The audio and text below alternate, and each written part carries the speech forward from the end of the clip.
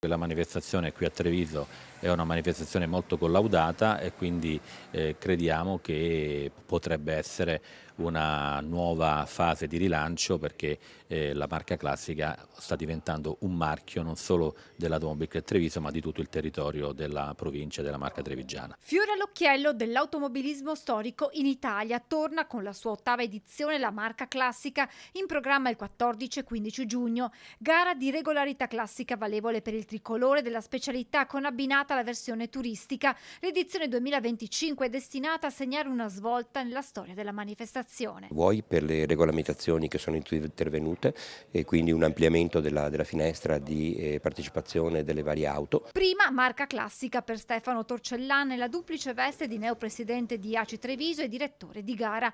Un'occasione per conoscere da vicino la storia dell'automobilismo, ma anche per ammirare le bellezze paesaggistiche della marca lungo il percorso che da Quinto si snoderà a Castelfranco, Maser, Cison di Valmarino, proseguendo nella seconda parte verso Montebelluna e Signoressa prima del traguardo finale.